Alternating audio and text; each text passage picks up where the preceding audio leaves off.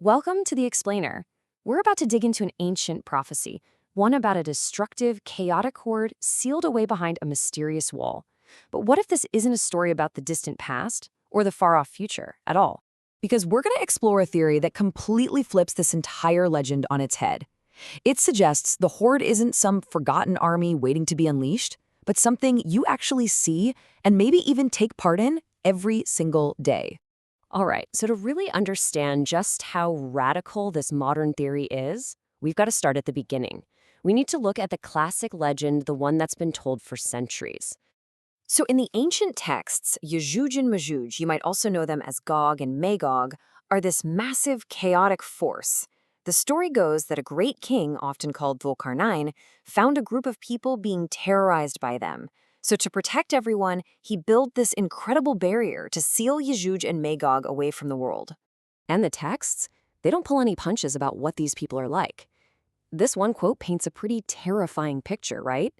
It's not just about a military invasion. It's about a force that spreads corruption and comes at you from every direction like some kind of unstoppable flood. It's an incredible story, a classic tale of good versus evil, order containing chaos. But the moment you start to take it literally, you start to see some really big cracks appear in the narrative. See, the whole thing, the entire prophecy, the containment, all of it all rests on one single physical object, a gigantic wall. The scriptures describe it being built with blocks of iron and then having molten copper poured over it. It was supposed to be impossible to climb over and impossible to break through.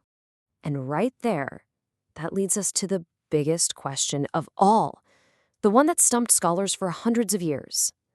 I mean, if a structure that massive was built anywhere on this planet, why can't we find it?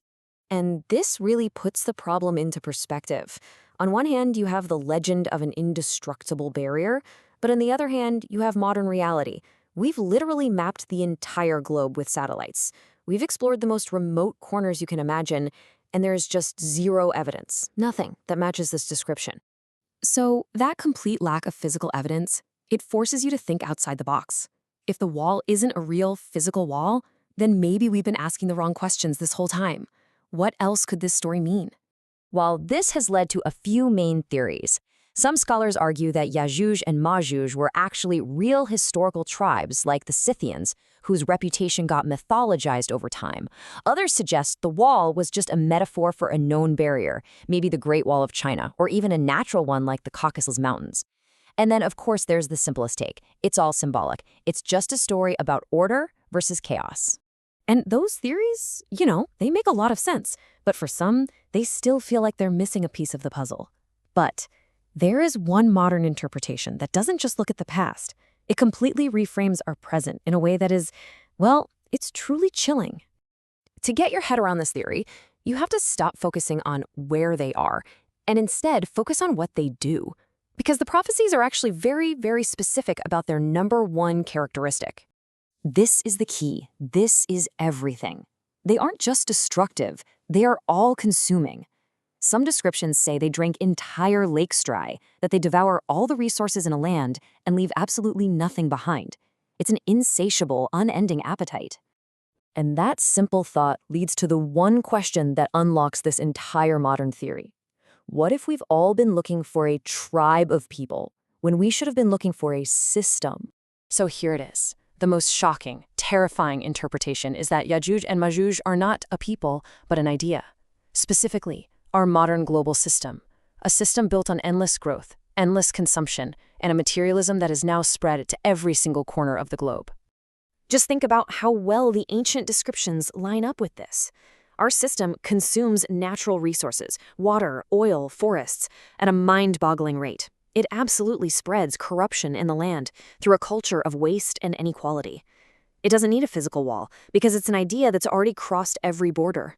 And it swarms from every hillside, not with armies, but through the internet, through advertising, and through global trade.